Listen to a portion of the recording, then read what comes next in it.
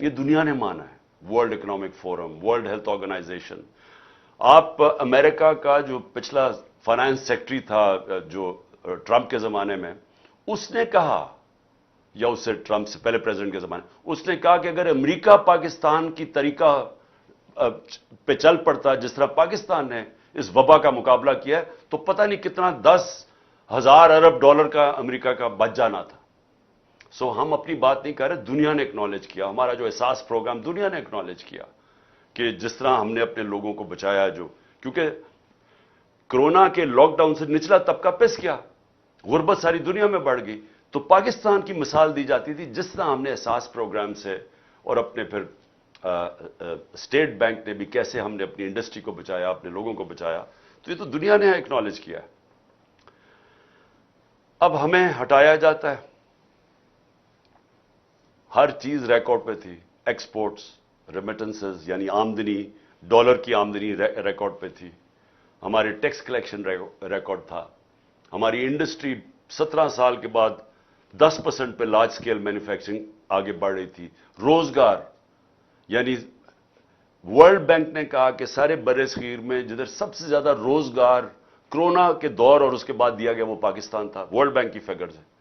تو ہم آگے بڑھ رہے تھے, ہماری ٹیکسٹائل انڈسٹری بڑھ رہی تھی, ہماری جو کسان تھا 4.5% پہ ہمارا ایگریکلچر گرو کر رہا تھا. تو جب اس نے جناب جنرل باجوہ صاحب نے فیصلہ کیا کہ اب اس کو حکومت کو گرا دینا چاہیے, اور اصل میں جو ان کی بڑی پسندیدہ شہباز شریف کو وہ لے آیا. تو جب وہ لے کے آیا, میں نے اس سے پہلے کوشش کی اس کے لانے سے کہ پاکستان میں الیکشنز ہو جائے, پاکستانی عوام فیصلہ کرے کہ وہ کس کو چاہتے ہیں, بجائے یہ کہ سندھ ہاؤس کے اندر ایک منڈی لگے اور اس منڈی میں 20-20, 25-25 کروڑ دے کے لوگوں کو خریدا جائے اور گورنمنٹ گرائی جائے. اور جو پھر جنرل باجوہ نے جو استعمال کیا اپنی ایجنسیز کو, جو ہمارے جو تھے ایلائز MQM اور باپ پارٹی, ان کو ہمارے سے علیحدہ کیا گیا. وہ تو سب ساروں کو پتہ اس چیز کا. لیکن ہوا کیا پاکستان میں اس لیے کہہ رہا ہوں کہ میں نے تب تجویز کی کہ الیکشنز کروائے جائیں. یہی سپریم کورٹ کے ججز کو, جن کو برا بھلا یہ نون لیگ کہہ رہی ہے اور ان کی نیچے گر کے ان کے خاندانوں کے اوپر جو گند اچھال رہی ہے, اسی سپریم کورٹ نے تب سو موٹو ایکشن لے کے ہماری گورنمنٹس انہوں نے بحال نہیں, الیکشنز انہوں نے مسترد کر دیے اور انہوں نے ان کو شہباز شریف کو بحال کروا دیا. مجھے تکلیف ہوئی, 12 بجے عدالتیں کھلنے کی مجھے تکلیف ہوئی, بہت ہوئی. لیکن ایک دفعہ بتائیں کہ میں نے سپریم کورٹ ججز کی کسی کی تنقید کی ہو, ہم نے قبول کر لیا فیصلہ. لیکن یہ دیکھ لیں کہ اس کے بعد ہوا کیا پاکستان سے. اب 1 سال ہو گیا ہے, اب سب کے پاس اب 1 سال کا ریکارڈ آ گیا. میں تب بھی کہتا گیا, بار بار میں کہتا گیا کہ دیکھیں یہ لوگ نہیں سنبھال سکیں گے, کیونکہ میں ان کو 40 سال سے جانتا ہوں. میں نے دیکھا ہے ان کو, پاکستان کو, پہلے ہمارے ساتھ ہمارے ہندوستان آگے نکلا 90 کی دہائی میں, بنگلہ دیش آگے نکل گیا پاکستان سے.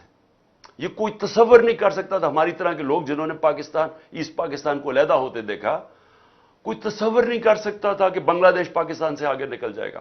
یا ہمیشہ یہ کہا جاتا تھا کہ ہمارے اوپر بہت بڑا بوجھ بنا ہوا ایسٹ پاکستان, وہاں ہمیں ان کو بوجھ اٹھانا پڑتا ہے. یہ عام یہاں باتیں ہوتی تھی. یہ سب سے زیادہ غربت بنگلہ دیش میں, اور یہ ہوا کہ بنگلہ دیش بھی 90 کی دہائی میں آگے نکل گیا جب سے یہ 2 خاندان آئے ہیں. ان کی دولت میں اضافہ ہونا شروع ہو گیا, ان کی بار پراپرٹیز بڑھنی شروع ہو گئی, قوم پیچھے جانا شروع ہو گئی. تو میں تب سے, جب میں نے اس جنرل باجوہ کو سمجھایا بھی کہ یہ نہیں سنبھال سکیں گے, گورنمنٹ نہ گرانا, اور پھر اپنے فائنانس منسٹر کو بھیجا, میں نے کہا آپ بھی سمجھائیں. وہ 2 گھنٹے بیٹھا رہا کہ ان سے سنبھالا نہیں جائے گا. اب سال کے بعد ہوا کیا, الیکشن انہوں نے نہیں کروائے. ہم کہتے رہے کہ ایک ہی طریقہ ہے کہ الیکشنز کروائیں. کیوں الیکشن کروائیں؟ جیسی آپ نے الیکشن کروائیں گے سیاسی استحکام آئے گا, پولیٹیکل سٹیبلٹی آئے گی. پاکستان کی جو اکانومی بیٹھنے شروع ہو گئی تھی ایک دم ایک افراتفری مچ گئی پاکستان میں, پولیٹیکل انسٹیبلٹی آ گئی, ایک نئی گورنمنٹ آ گئی, اس کو سمجھ ہی نہیں تھی. انہوں نے شروع میں جو فیصلے کیے ان کو تو سمجھ نہیں آ رہی تھی کیا کرنا ہے, کیونکہ یہ دونوں دفعہ 99 میں بھی اسحاق ڈار بینکرپٹ چھوڑ کے گیا پاکستان, اور 2018 میں بھی پاکستان کی تاریخ کا سب سے بڑا بیرونی خسارہ تھا جس کو کرنٹ اکاؤنٹ ڈیفیسٹ کہتے ہیں, تاریخی تھا. تو انہوں نے اب کیسے ٹھیک کرنا تھا؟ تو جو چلتی ہوئی اکانومی تھی 6% پہ گرو کر رہی تھی, جو سارے ٹارگٹس ہم آگے نکل گئے تھے اپنے ٹارگٹ سے, اور وہ اکنامک سروے میں لکھا ہوا ہے, اس اکانومی کو انہوں نے ان کے ہاتھ میں ڈال کے تو وہ نیچے جانا شروع ہو گئی. میں بار بار کہتا رہا کہ ابھی بھی الیکشن کروا لو, کیونکہ الیکشن سے اس ملک کے اندر پولیٹیکل سٹیبلٹی آئے گی اور پھر اکانومی ٹھیک ہوگی. میرے اوپر ہر قسم کے الزامات لگائے گئے. ایک میں نے انٹرویو دیا, میں نے کہا ہم ڈیفالٹ کرنے چلے جائیں گے اگر ابھی نہ انہوں نے کچھ کیا. انہوں نے کہا اس کے اوپر غداری کا پرچہ کرو. تو غداری کے خیر تو پرچے ہو چکے ہیں میرے اوپر. ایک توہین ڈرٹی ہیری کی وجہ سے میرے اوپر غداری کا پرچہ ہو گیا کہ میں نے پاکستان سے غداری کر لی ہے. تو ہوا کیا, ہم الیکشنز کرتے رہے. انہوں نے آخر میں کہا کہ جی اگر آپ کو الیکشنز چاہیے تو آپ اپنی گورنمنٹس کرا دیں, اپنی گورنمنٹس ڈیزالو کر دیں. میں یہ چاہتا ہوں آپ ذرا یہ منافقت دیکھیں جو ہوئی ہے میرے سے اور پاکستان سے. آئین کے اندر بڑا واضح تھا کہ جب بھی اسمبلی ڈیزالو کی جاتی ہے تو 90 دن کے اندر الیکشن ہونا ہے. یہ میں آپ کو واضح کر دوں, کوئی پاکستان کا قانون دان, لائر, جج سب اس چیز پہ متفق ہیں کہ جیسی اسمبلی آپ کی ڈیزالو ہوتی ہے 90 دن میں الیکشن ہونا ہے. ایک پاکستان کے وکیل نے اس کے خلاف ابھی تک بات نہیں کی. کسی سپریم کورٹ کے جج 15 کے 15 جج کسی نے یہ نہیں کہا کہ 90 دن سے آگے الیکشن جانا چاہیے, کیونکہ آئین ہے اور یہ سب سے بڑا فنڈامنٹل رائٹ ہے. فنڈامنٹل رائٹ جو بنیادی حقوق ہوتے ہیں ان میں سے جو سب سے امپورٹنٹ ہے وہ ہے رائٹ ٹو ووٹ, کہ میں اپنی ووٹ سے اپنے ملک کے اندر فیصلہ کروں کون سی حکومت آئے گی. یہ میرا بنیادی حق ہے, سب سے باقی حقوق میں سے نمبر 1 پہ یہ ہے. تو جب ہم نے اپنی گورنمنٹس تحلیل کی تو میں پہلے ذرا یہ ان کے کامنٹ سن لیں آپ, کہ جب میں یہ کہہ رہا تھا تو ہمیں بار بار انہوں نے طنز کیا کہ اگر الیکشنز چاہتے ہیں تو آپ اپنی حکومت ڈیزالو کر دیں. تو یہ ذرا پہلے آپ دیکھ لیں خود ہی کہ انہوں نے کیا کہا تھا. تو توڑیں پنجاب اسمبلی, توڑیں کے پی کے اسمبلی اور چلے جائیں الیکشن میں. میں نے گارنٹی دیتا ہوں, ان کو انشور کرتا ہوں کے پی کے اور پنجاب اسمبلی توڑ دیں. میں نے کہتا ہوں کہ دیر ول بی نو ضمنی الیکشن. ایسی صورت میں جنرل الیکشن ہوگا. خیبر پختونخوا اور پنجاب کی حکومتوں کو ڈیزالو کر دیں. وہاں تو آپ کی حکومتیں ہیں, آپ ڈیزالو کر دیں تو آپ یقیناً انتخابات کے مطالبے کے حق میں ایک قدم آگے بڑھیں گے. پنجاب کی اسمبلیاں تحلیل کر دی جائیں اور کے پی کی اسمبلیاں تحلیل کر دی جائیں تو خود بخود ہم الیکشن کی طرف چلے جائیں گے. اگر عمران خان کو واقعی شوق ہے الیکشن کروانے کا, ان کے تو بہت آسان طریقہ ہے. خیبر پختونخوا اسمبلی, پنجاب اسمبلی, کشمیر کی اسمبلی, گلگت بلتستان کی اسمبلی توڑ دیں, آج الیکشن ہے. اگر آپ الیکشن چاہتے ہیں تو پھر دھرنے کی کیا ضرورت ہے؟ توڑیں کے پی کی حکومت, توڑیں پنجاب کی اسمبلی, توڑیں جی بی کی اسمبلی, توڑیں اے جے کے کی اسمبلی, ختم بات. تو توڑیں.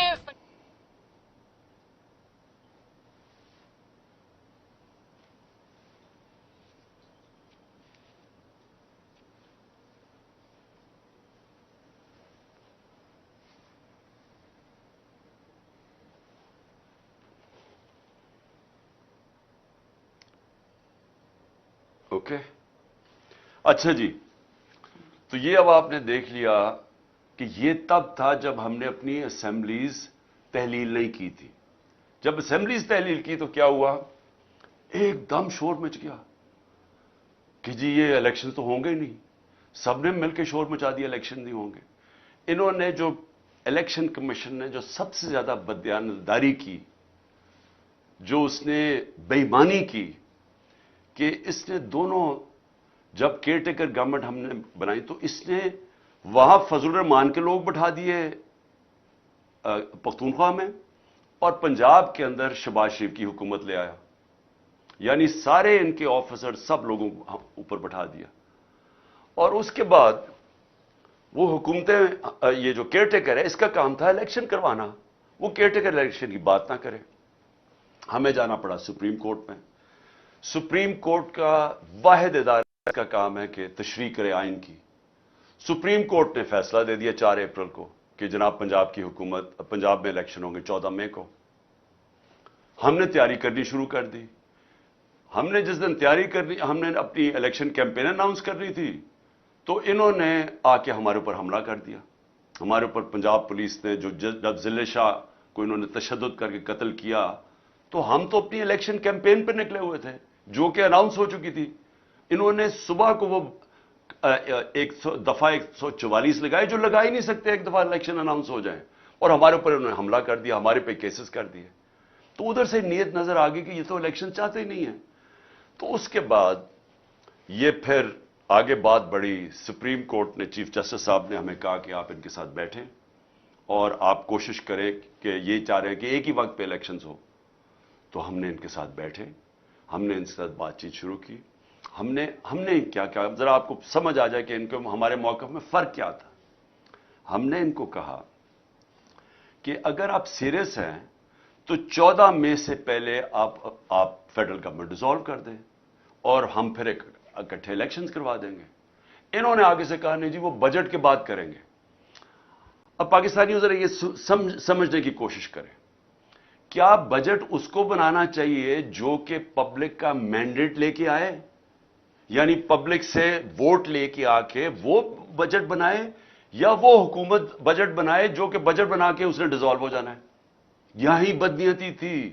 ان کا الیکشن بجٹ کے بعد بھی پلان نہیں تھا. یہ صرف ٹائم بائی کر رہے تھے. یہ صرف چاہ رہے تھے کہ ہم مذاکرات کرتے رہیں اور کسی طرح جو سپریم کورٹ فیصلہ کر بیٹھی تھی 14 مئی کے الیکشن کا, یہ اسے نکلنا چاہتے تھے. تو انہوں نے ہمیں کہا کہ جی ہم پہلے بجٹ پاس کریں گے. بدیتی ادھر پتہ چل گئی. ہم نے ان کو واضح کہہ دیا. ہم نے کہا کہ دیکھیں 14 مئی سے پہلے گورنمنٹ کرائیں اکٹھے الیکشنز. اگر آپ نہیں کرتے تو ہم پھر اپنے جو سپریم کورٹ کہہ بیٹھے پنجاب کے الیکشن ہم اس پہ چلیں گے. مذاکرات ہوئے, بدنیت تھے, فیل ہو گئے, اور آج بھی جو سپریم کورٹ میں انہوں نے جو بات چیت کی ہے اس میں کوئی عقل بنتی نہیں ہے. جو انہوں نے آرگیومنٹس دی ہیں, کوئی کسی بھی یعنی کسی دنیا کی جمہوریت میں ایسی بات چیت ہو سکتی نہیں ہے جو انہوں نے باتیں کی ہیں. عجیب انہوں نے کوئی دی ہے کہ ہم الیکشن اس لیے نہیں کروا سکتے, پتہ نہیں پیسے نہیں ہیں تو پتہ نہیں ہم بجٹ پاس کریں گے. آئی ایم ایف کا پروگرام ہے, آئی ایم ایف کا پروگرام ہے, یہ بھی سن لیں. یہ کہہ رہے ہیں کہ تب تک آئی ایم ایف سے اگریمنٹ ہو جائے گی. ہمیں 1 سال پہلے سے یہ کہہ رہے ہیں کہ جناب آئی ایم ایف سے اگریمنٹ ہونی چاہیے, اس لیے ہم الیکشن نہیں کروا رہے. یہ 20 میں 2022 کو انہوں نے ہمیں کہا تھا کہ ابھی ہم اس لیے نہیں کروانا چاہتے, ہم الیکشن نہیں کروانا چاہتے کیونکہ آئی ایم ایف سے اگریمنٹ ہو رہی ہے. کیا گارنٹی ہے کہ آئی ایم ایف سے اس سال ہی اگریمنٹ نہیں ہوگی؟ ابھی تک تو اگریمنٹ نہیں ہو رہی. تو آئی ایم ایف کی اگریمنٹ کا بہانہ دے کے ہمیں کہہ رہے ہیں جو ہمارا رائٹ ہے, یہ یاد رکھیں اس پہ کوئی گنجائش نہیں ہے. ہمارا یہ حق ہے کہ جب ہماری اسمبلیز ڈیزالو ہوئی 90 دن میں الیکشن ہونا ہے. یہ سے چینج نہیں ہو سکتا. بہانے مار رہے ہیں آئی ایم ایف کے, پیسے نہیں ہیں, سیکیورٹی. سو آج جو سپریم کورٹ کا فیصلہ آ جائے گا, ہم نے سپریم کورٹ کو واضح کہہ دیا کہ جی اگر انہوں نے جوائنٹ الیکشن اور 14 مئی سے پہلے گورنمنٹس نہیں اپنی ڈیزالو کرنی, ہم اپنے پنجاب کا الیکشن چاہتے ہیں, اور اس کے بعد پختونخوا کا, اس پہ بھی ہم سپریم کورٹ میں جانے لگے ہیں. کیونکہ وہاں بھی اب یاد رکھیں جو کیئر ٹیکر گورنمنٹس ہیں ان کی حیثیت ختم ہو چکی ہے. آئین کے اندر کوئی گنجائش ہی نہیں ہے کہ 90 دن کے بعد ایک کیئر ٹیکر بیٹھی رہے, کیونکہ ان کے پاس تو اب کوئی آئینی قانونی طور پہ تو یہ ان دونوں کو گھر جانا چاہیے, اور ہم عدالت میں جا رہے ہیں اس کے اوپر. کیونکہ یہ انہوں نے اپنے لوگ بٹھا کے, یعنی وہ لوگ جو کہ نون لیگ کی گورنمنٹ پنجاب میں آ گئی ہے, الیکشن کے ذریعے نہیں, صرف اپوائنٹ کیے گئے ہیں ایک الیکشن کمشنر جو ان کے ساتھ ملا ہوا ہے نون لیگ کے ساتھ اور یہ پی ڈی ایم کے ساتھ. اب اس کی گورنمنٹ یہاں بیٹھ کے, فضل الرحمان کی وہاں بیٹھ کے کے پی میں, اور یہ کہہ رہے ہیں کہ ہم اکتوبر تک یہ بیٹھے رہیں گے. تو سب سے پہلے تو پنجاب اور پختونخوا کے لوگوں کا یہ حق ہے جو ان کو پاکستان کا آئین یہ حق دیتا ہے کہ وہ اپنے ریپرزینٹیوز یعنی اپنے نمائندوں کے ذریعے حکومت ہوگی, ان کے نمائندوں کے ذریعے. تو 70% پاکستان پختونخوا اور پنجاب کے اندر اب پبلک ان کے لوگوں کے نمائندے نہیں اوپر بیٹھے ہوئے, یہ بیٹھے ہوئے شہباز شریف کے نمائندے اور فضل الرحمان کے نمائندے, یہ ان دونوں صوبوں کے نمائندے نہیں ہیں. لہذا پہلے تو یہ گورنمنٹس ختم ہو گئی. دوسری چیز اب یہ ہے کہ انہوں نے اب واضح کر دیا کہ یہ سپریم کورٹ کا فیصلہ نہیں مانیں گے, اور میں اصل چیز پہ آپ آ رہا ہوں کہ انہوں نے سپریم کورٹ کا فیصلہ نہیں ماننا, انہوں نے بہانے مارنے. میں آج اب آپ کی اپنی ساری قوم کو پہلے یہ کہنا چاہتا ہوں کہ یہ کیوں اکتوبر تک الیکشن کھینچنا چاہتے ہیں؟ کیا اکتوبر کے اندر یہ کوئی ایسے کام کر دیں گے کہ ملک میں ان کی ایک دم پاپولیرٹی بڑھ جائے گی, ان کا ووٹ بینک بڑھ جائے گا؟ ووٹ بینک تو ان کو نیچے جا رہا ہے. وہ میں ابھی آپ کو ذرا اعداد و شمار دینا چاہتا ہوں کہ وہ ووٹ بینک تو نیچے گرتا جا رہا ہے. ڈر رہے ہیں یہ الیکشن سے, تو کیوں وہ اکتوبر کی انتظار کر رہے ہیں؟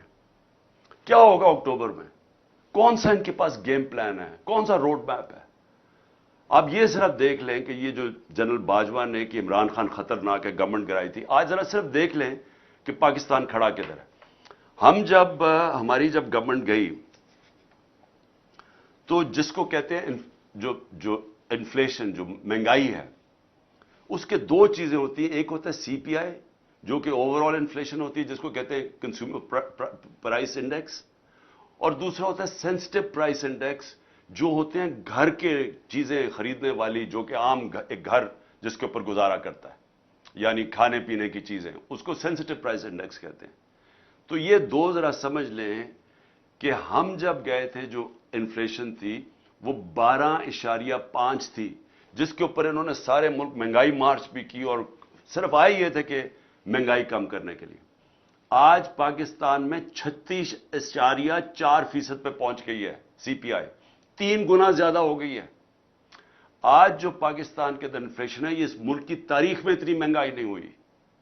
اور جو سینسٹیو پرائس انڈیکس ہے وہ 48.4% پہ پہنچ گئی ہے, تقریباً 50% پہ پہنچ گئی ہے. جو کھانے پینے کی چیزیں ہیں, یہ عام گھر کے اندر لوگوں سے آج پوچھیں ان کے اوپر کیا گزر رہی ہے, اس لیے بھاگ رہے ہیں الیکشن سے. آج تنخواہ دار طبقہ پاکستان میں رل گیا ہے. میں آپ کو صرف یہ بتا دوں کہ اگر بینک میں آپ کے پاس 100 روپیہ پڑا تھا سال پہلے, اگر اوور آل انفلیشن کی بات کرتے ہیں نا کہ جو ٹوٹل مہنگائی ہوئی ہے, تو آپ کا 100 روپیہ صرف 63 روپیہ بچ گیا ہے. باقی اس میں سے پیسہ نکل چکا ہے مہنگائی کی وجہ سے. آپ اس کی خریدار کی پاور صرف رہ گئی 63 روپے. سال پہلے 100 روپیہ, آج 63 روپے. اور اگر کھانے پینے کی چیزیں جسے کہتے ہیں سینسٹیو پرائس انڈیکس, جو عام لوگ گھروں میں استعمال کرنے کی جو ضروری چیزیں ہوتی ہیں, وہ اگر آپ کے بینک میں 100 روپیہ پڑا تھا سال پہلے, آج صرف 52 روپیہ کی اس کی خریدار کی پاور رہ گئی ہے. 100 میں سے صرف 52 روپے کی چیزیں اب آتی ہیں جو 100 روپے کی آتی تھی ایک سال پہلے. یہ جنرل باجوہ کا تحفہ تھا کہ انہوں نے جو ہماری گورنمنٹ گرا کے یہ لوگ لے کے آئے. اور اس کے بعد آگے چلیں, جو اب ہمارا مسئلہ کیا, سب سے بڑا مسئلہ کیا ہے کہ ہمارے پاس ڈالرز کم ہوتے ہیں. تو جو سب سے بڑی کوشش ہوتی ہے کہ ڈالرز کی انکم بڑھائی جائے تاکہ آپ کے ریزروز بڑھیں, تاکہ آپ کا روپیہ مضبوط ہو. تو جب ہمیں انہوں نے گرایا تھا تو ریکارڈ ڈالرز آ رہے تھے پاکستان میں, یعنی ہمارا جو ریمیٹنسز تھیں جو پاکستانی بھیجتے تھے وہ 31 ارب ڈالر تھی, اور جو ایکسپورٹس تھیں وہ 33 ارب ڈالر پہ پہنچ گئی تھی. ایک سال کے بعد, یعنی آپ کے پاس ڈالر ہمارے پاس آئیں گے تو ہم قرضے اپنی قسطیں واپس کریں گے نا, ہماری آمدنی میں اضافہ ہوگا تو اپنے جو قرضے چڑھے ہوئے ہیں ڈیفالٹ سے بچنے کے لیے. ایک سال کے اندر ایکسپورٹس جو گری ہیں اور جو ہماری ریمیٹنسز گری ہیں 5 ارب ڈالر کی گری ہیں. ایک سال میں کم ہو گئی ہماری آمدنی قرضہ واپس کرنے میں. جو آئی ایم ایف سے ہم کتنے پیسے مانگ رہے ہیں, 6 ارب ڈالر. تو ایک سال میں 5 ارب ڈالر تو یہاں کم ہو گئے ہماری آمدنی کے. تو پہلے آمدنی بھی کم ہو گئی ہے, ہماری انڈسٹری آدھی بند ہو چکی ہے. اس وقت حالات یہ ہیں کہ جو ہمارا ریونیو, جو ہم نے ریکارڈ پیسے اکٹھے کیے تھے ٹیکس میں, یہ پچھلے مہینے 100 ارب روپیہ ٹیکس کم اکٹھا ہوا ہے, یعنی آمدنی بھی گر رہی ہے, یعنی ملک کو چلانے کے لیے بھی آمدنی گر رہی ہے. جو باہر سے ہمارے ڈالرز آتے تھے وہ بھی 5 ارب ڈالر ایک سال میں کم ہو گئے. اور آگے گیم پلان کیا ہے؟ میں پھر سے پوچھتا ہوں کہ مجھے اگر یہی کوئی بتا دے, اگر یہ کہنا جی کہ ہم اس لیے اکتوبر کے لیے تک انتظار کرنا چاہتے ہیں الیکشنز کا کیونکہ اکتوبر تک ہمارا یہ پلان ہے, اس سے ملک بہتر ہو جائے گا, میں یہ بھی اس کے لیے بھی ماننے کے لیے تیار ہوں.